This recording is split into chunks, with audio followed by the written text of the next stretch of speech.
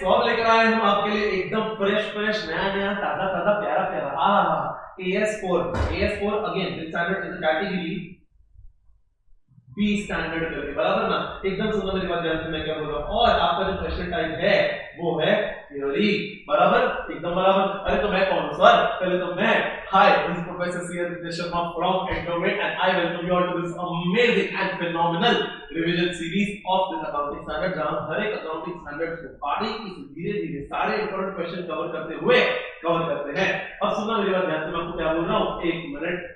Yes, तो अपन basically सारे accounting standards cover कर लेते हैं बहुत ही ज्यादा बारीकी से, सारे इंपॉर्टेंट कंसेप्ट भी कर लेते हैं और अपन इंपॉर्टेंट क्वेश्चंस भी कर लेते हैं और प्यारा प्यारा आरटीपी क्वेश्चन भी कवर कर लेते हैं। अब आ रहा है AS4 contingencies and events occurring after the balance sheet date. पहले मेरी एक बात याद रखना, ये जो स्टैंडर्ड है करके इसमें इधर से पढ़ेंगे। कंटिजेंसीज AS29 में कवर्ड है, events occurring after the balance sheet date जो है वो AS4 में कवर्ड है। अब ये होता क्या है, लेट अस से आपका फाइनेंशियल एंड हो रहा है 31 मार्च को। 31 मार्च जो होता है वो बैलेंस शीट डेट होता है। 15 मई को आपका फाइनेंशियल स्टेटमेंट आप अप्रूव करते हो। बीच का जो पीरियड है ना उसको प्यार से बोलते हैं events occurring after the balance sheet date. अब सुनना मेरी बात ध्यान से, events occurring after the balance sheet date होता है दो तरीके का, एक होता है एडजस्टिंग, एक होता है नॉन एडजस्टिंग। अगर एडजस्टिंग होगा तो पिछले साल के फाइनेंशियल में जाके उसको एडजस्ट करेंगे, अगर नॉन एडजस्टिंग होगा तो उसको डायरेक्टर्स रिपोर्ट में डिस्क्लोज करेंगे। अच्छा, डिस्क्लोज तब करेंगे अगर मटेरियल हुआ तो। What is material, what is not, it is matter of professional judgement. अब सुनना, लॉ बोलता है प्रपोज इवेंट जो है ना वो नॉन एडजस्टिंग इवेंट है, लेकिन उसका डिस्क्लोजर डायरेक्टर्स रिपोर्ट में नहीं करने का, एक्सेप्शन है उसको नोट्स ऑफ अकाउंट में डिस्क्लोजर देने का। अच्छा, अब बात आती है कि सर एडजस्टिंग क्या होता है। ध्यान से सुनना, किसी पर्टिकुलर इवेंट को एडजस्टिंग बोलेंगे अगर वो दो में से कोई भी एक कंडीशन सेटिस्फाई करे तो। कौन सा कंडीशन सर? ध्यान से सुनना। देख भाई, बात ऐसी है कि बैलेंस शीट डेट पे खड़े होकर अगर आने वाले इवेंट का एहसास अपने को पहले से ही था, so the event is adjusting as per point number 1, या फिर अगर अपने को लगता है कि अपना धंधा बंद होने वाला है, that the event is adjusting as per point number 2। दोनों में से कोई एक कंडीशन सेटिस्फाई हुआ तो इट इज एडजस्टिंग, दोनों कंडीशन सेटिस्फाई नहीं हुआ तो इट इज नॉन एडजस्टिंग। अब सुनना मेरी बात ध्यान से, इसके ऊपर ना बहुत ज्यादा इंपॉर्टेंट एग्जांपल्स है, इधर मैंने दे रखा है करके, ध्यान से सुनना।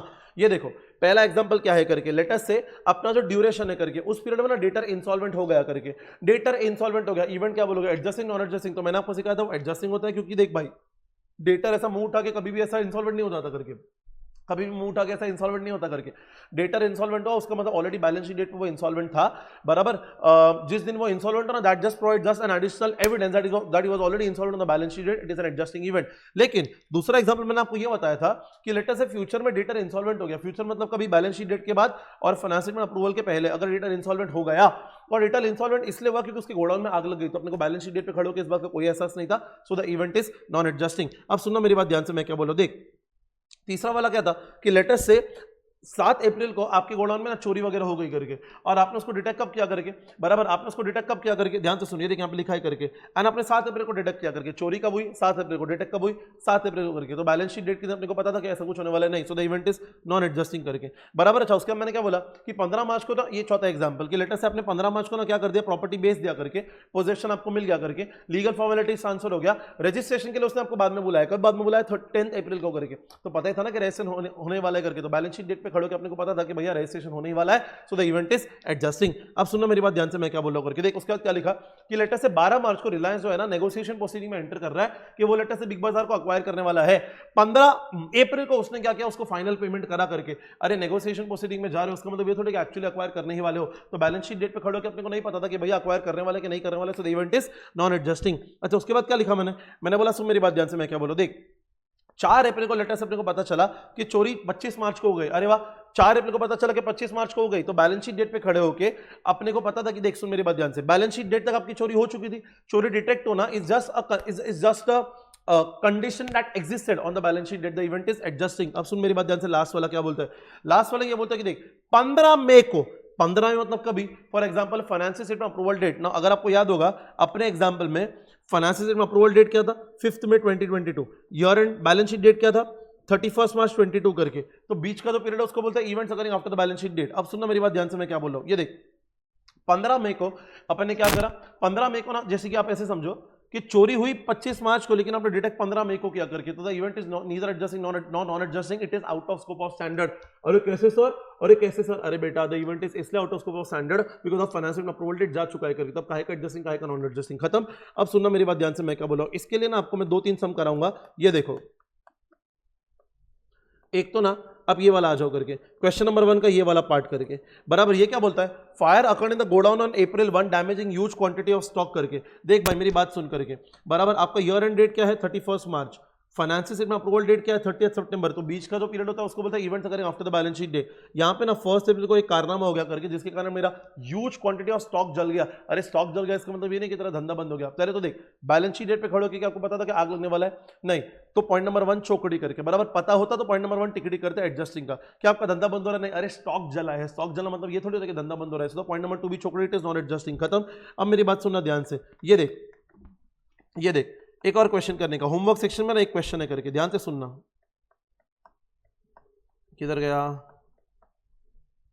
ये वाला करके बराबर, अगेन इंपॉर्टेंट, ध्यान से सुनना, क्वेश्चन नंबर 1 इंपॉर्टेंट, ये वाला इंपॉर्टेंट। ये देख इसमें ऐसा बोलता है करके, ध्यान से सुनना कि देख 31 मार्च एंड तेरा बैलेंस शीट डेट है, अप्रूवल डेट तेरा 30 अप्रैल है करके, 15 अप्रैल को बीच में फायर हो गया, फायर इस लेवल का हो गया करके कि एंटिटी दोबारा शुरुआत ही नहीं कर पाएगी। तो देख बैलेंस शीट डेट पे खड़े अपने को पता था कि आग लगने वाला है, नहीं तो पॉइंट नंबर 1 चौकड़ी, लेकिन क्या तुम्हारा धंधा बंद हो रहा है, यस पॉइंट नंबर 2 टिकड़ी, the event is adjusting as per point number 2, खत्म।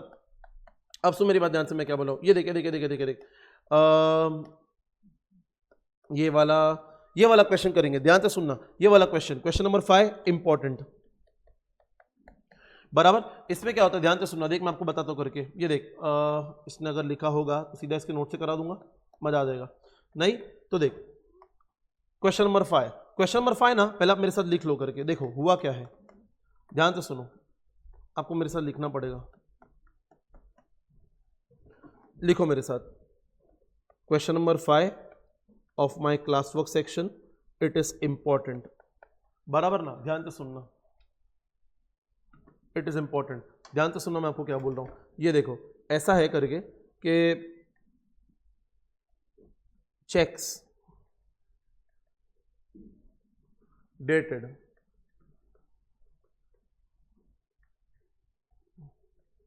बिफोर 31 मार्च,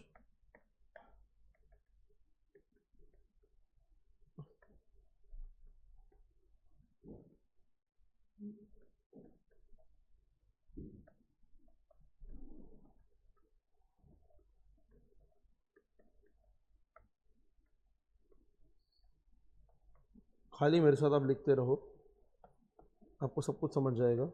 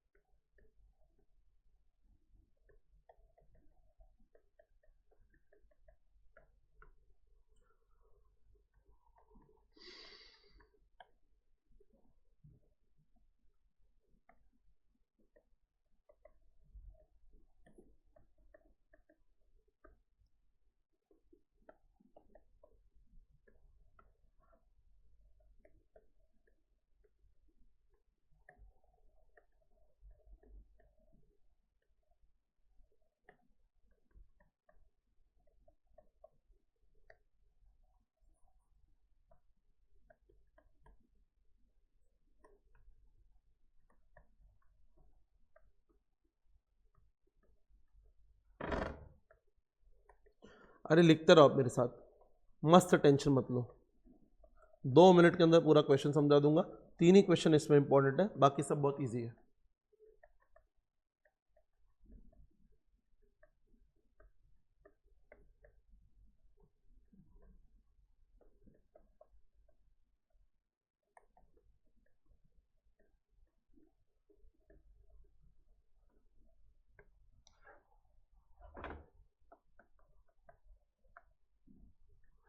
डन। अब सुनो मेरी बात ध्यान से, मैं क्या बोल रहा था, ये क्वेश्चन में हुआ क्या है, एकदम ध्यान से सुनना। ऐसा है कि लेटर से एक चेक है, उसके ऊपर डेट जो है ना 31 मार्च के पहले का दिया हुआ है, आपको रिसीव भी 31 मार्च के पहले हुआ है, तो कोई प्रॉब्लम ही नहीं है। लेकिन इस क्वेश्चन में कुछ ऐसा हुआ कि चेक के ऊपर डेट 31 मार्च के पहले था, लेकिन रिसीव 31 मार्च के बाद हुआ, तो ढक्कन लोगों ने पता क्या किया, बैलेंस शीट डेट पे एक एंट्री मारा, cheque in account debit to debtors. अब टू डेटर्स के उससे कोई प्रॉब्लम नहीं है, बिकॉज डेटर ने तो चेक दे दिया करके बराबर, तो अपने को इससे तो कोई प्रॉब्लम नहीं है करके टू डेटर कर दो, चलेगा, डेटर का बैलेंस कम कर दो। सवाल आता है चेक इन डेबिट करना सही था क्या, बिकॉज चेक इन मतलब क्या होता है करके, चेक आपके हाथ में होना चाहिए, ऑडिटर ऑन 31 मार्च आएगा बोलेगा चेक इन हैंड दिख रहा है बराबर, किधर है चेक, ओले बोला बाबू किधर है तेरे पास चेक हाथ में, दिखा पाओगे क्या, बिल्कुल नहीं। अच्छा दूसरा, जब कोई चीज आप डेबिट करते हो ना, तो आप बुक्स में एक असेट क्रिएट करते हो। असेट का डेफिनेशन पता है क्या होता है, एक ऐसा रिसोर्स बराबर, जरिया जो आपके कंट्रोल में है, जिससे आपको फ्यूचर इकोनॉमिक बेनिफिट होने वाला है। जो चेक जरिया तो है, रिसोर्स तो है, सीधी बात है फ्यूचर में पैसा आने वाला तो बेनिफिट तो होने वाला है, लेकिन वो तुम्हारे कंट्रोल में है क्या? अरे तुम्हारे हाथ में है क्या? नहीं। तो वो असेट ही नहीं है तो तूने डेबिट कैसे किया करके, बराबर। तो इवेंट क्या हुआ? एडजस्टिंग है क्या? बिल्कुल नहीं। अरे बैलेंस शीट डेट के दिन अपने को पता था कि चेक कब मिलने वाला है? नहीं। सो ये एडजस्टिंग नहीं है। ओ तो नॉन एडजस्टिंग होगा क्या? अरे ना बाबा, डेटर से पैसा मिला करके, काहे का एडजस्टिंग, काहे का non adjusting? It is normal course of treatment करके, ना एडजस्टिंग है ना नॉन एडजस्टिंग है। अरे समझ रहे क्या? इट इज इनकरेक्ट अकाउंटिंग जो इन्होंने किया है। जब आपको पैसा रिसीव हो जाएगा, आप जर्नल एंट्री मारोगे bank account debit to cheque in hand, बस ये लिखना है आपको। It is incorrect accounting, neither adjusting non adjusting, खत्म। Very very very important question from exam perspective. आपको समझ रहा है तो ये जरूर आप करके जाना। इसका सोल्यूशन वगैरह ना इधर दिया हुआ है करके, टेंशन मत लेना। अरे तुमको समझ रहा है क्या? सब कुछ दिया हुआ है करके, बराबर, एकदम बराबर। देखो यहाँ पे लिखा हुआ है करके, क्वेश्चन नंबर 5 किया ना, cheque in hand do not qualify to recognise as asset करके, तो असेट ही नहीं तो काय का एडजस्टिंग, काय का नॉन एडजस्टिंग। और एक लास्ट क्वेश्चन इसमें करके जाना, दैट्स इट। AS4 में आपने इतना भी कर लेना तो काम बन जाएगा करके। ये देखो ये वाला क्वेश्चन नंबर 4। अब सेम सिनारियो है, इसमें सेम सिनारियो है, खाली अपने को लास्ट 2 पार्ट पढ़ने का। बोलते देख भाई, cheque was collected by marketing person on और बिफोर 31 मार्च, मतलब 31 मार्च के पहले ना चेक आपके मार्केटिंग पर्सन के पास जा चुका है। चलो अपना डेफिनेशन चेक करते हैं। डेफिनेशन क्या बोलता है? बोलता है चेक जो है रिसोर्स होना चाहिए, रिसोर्स तो है, जरिया तो है, बराबर, एकदम बराबर। अच्छा, फ्यूचर इकोनॉमिक बेनिफिट भी होना चाहिए, बराबर। अच्छा, उसके बाद ना वो तुम्हारे कंट्रोल में होना चाहिए। अरे मार्केटिंग पर्सन के पास है, मतलब एज गुड एज वो तुम्हारे ही कंट्रोल में करके, तो यहाँ पे असेट तो है। तो बैलेंस शीट डेट के दिन अपने को पता था कि भैया फ्यूचर में चेक आने वाला है, बिकॉज चेक जो है अपने बंदे के पास ही है। तो यहाँ पे केस नंबर 1 में पता है वो क्या हो जाएगा? यहाँ केस नंबर 1 में वो एडजस्टिंग इवेंट हो जाएगा। लेकिन केस नंबर 2 में पता है क्या बोलता है? Cheque send by stockist to courier करके, बराबर, ऑन और बिफोर 31 मार्च 30, मतलब वो फिलहाल कुरियर में है। तो चेक करने का क्या वो जरिया है? यस। फ्यूचर में बेनिफिट है? यस। बट क्या वो तुम्हारे कंट्रोल में क्या? नहीं, वो तो कुरियर वाले के पास है। तो बैलेंस शीट डेट के अपने को नहीं पता चेक मिलने वाले कि नहीं मिलने वाले, तो एडजस्टिंग भी नहीं है, बराबर। नॉन एडजस्टिंग बोलो क्या? नहीं, डेटर से पैसा मिला है तो इट इज इनकरेक्ट अकाउंटिंग। तो यहाँ पे पता क्या हो जाएगा? यहाँ पे पता क्या हो जाएगा?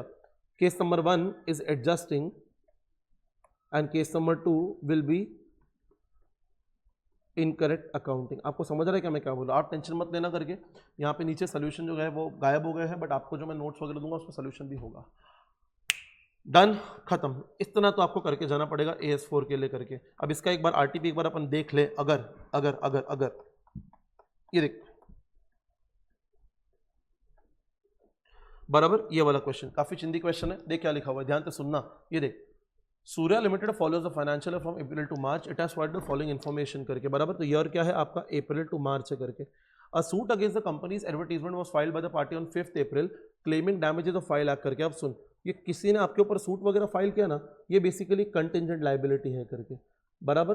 तो यहाँ पे आप लिख दो contingent liability and separate disclosure चाहिए एज पर AS29 में सीखेंगे करके, बराबर ना। अच्छा, दूसरा क्या लिखा है?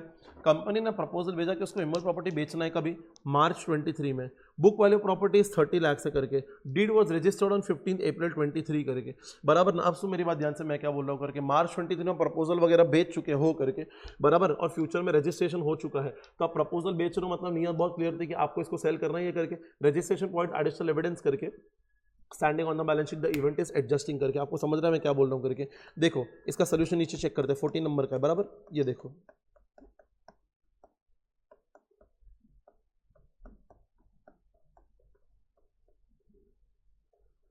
डन। अच्छा ओके, फर्स्ट वाला आप छोड़ दो करके, फर्स्ट वाला आपको वापस AS29 में आएगा, अपन उधर करेंगे। यहाँ पे देखो करके क्या लिखा हुआ है करके, ये देखो, okay okay, got it got it got it. ओ समझा। तो यहाँ पे अपन इसको एडजस्टिंग नहीं पकड़ सकते, बिकॉज ये लोग इसको खाली प्रपोजल पकड़ रहे हैं। ओके, सुनो मेरी बात ध्यान से। अपनी बुक में एक क्वेश्चन है, देखो मैं आपको बताता हूँ, ध्यान से सुनो। यहाँ पे इन्होंने ये अज्यूम किया है कि ये खाली प्रपोजल है करके, तो प्रपोजल भेजना इसका मतलब ये नहीं है कि आप एक्चुअली उसको सेल करने वाले हो। सो बैलेंस शीट डेट के दिन अपन ने खाली उसको प्रपोजल भेजा है करके। वी आर नो आइडिया कि whether we are actually going to sell it और नॉट। सेल एक्चुअली बाद में हुआ है, तो बैलेंस शीट डेट के दिन खड़े होकर अपने को नहीं पता था कि भैया सेल होने वाला कि नहीं होना। That is what is non adjusting. अभी ऐसा ना ऐसा एक सिमिलर क्वेश्चन ना, तो मैंने जो आपको बोला वो थोड़ा गलत हो गया, इनका अजम्पशन अलग चल रहा है। अब सुनना, ऐसा ना ऐसा एग्जैक्ट सिमिलर क्वेश्चन अपनी टेक्स्ट बुक में भी है, ध्यान से सुनना। ये देखो, ये तो चलो आपका हो गया करके, ऐसा सिमिलर क्वेश्चन अपने पास टेक्स्ट बुक में भी है। ये देखो मैं आपको बताता हूँ, तो आपके पास 2 अलग अलग वैरायटी के क्वेश्चन आ जाएंगे। ये देखो इधर ही है,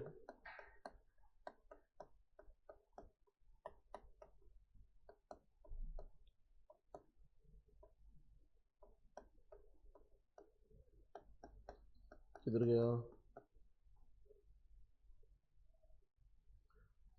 ये देख, आपको समझ रहा है मैं क्या बोल रहा हूँ, ये देखो, अरे आपको समझा, अरे एग्जैक्ट यही तो क्वेश्चन था करके, अरे ऐसा यही तो क्वेश्चन था करके, बराबर ना। तो अपन ये वाला क्या बोलेंगे, इसको अपन बोलेंगे भाई separate disclosure as per AS29 करके, बराबर। तो AS29 में आएगा तब सीखेंगे, एंड यहाँ पे भी सेम करके, बराबर। अपन प्रपोजल भेज रहे हैं कि भाई हमको इमोल प्रॉपर्टी खरीदना है करके, तो प्रपोजल भेजना है, इसका मतलब ये नहीं है कि एक्चुअली उसको खरीदने ही वाले हो करके। अपन एक्चुअली तब बोलेंगे कि खरीदा जब तुम्हारा डीड रजिस्टर हो जाएगा करके।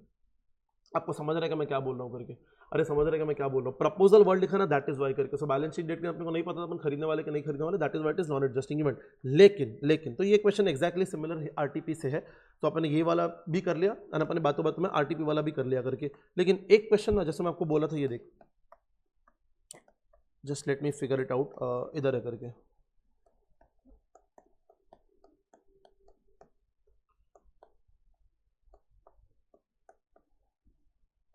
ये देख, सुन मेरी बात ध्यान से, यहाँ पे ये भी इंपॉर्टेंट है, बराबर। So company enter into an agreement to sell its real property for 35 lakh करके।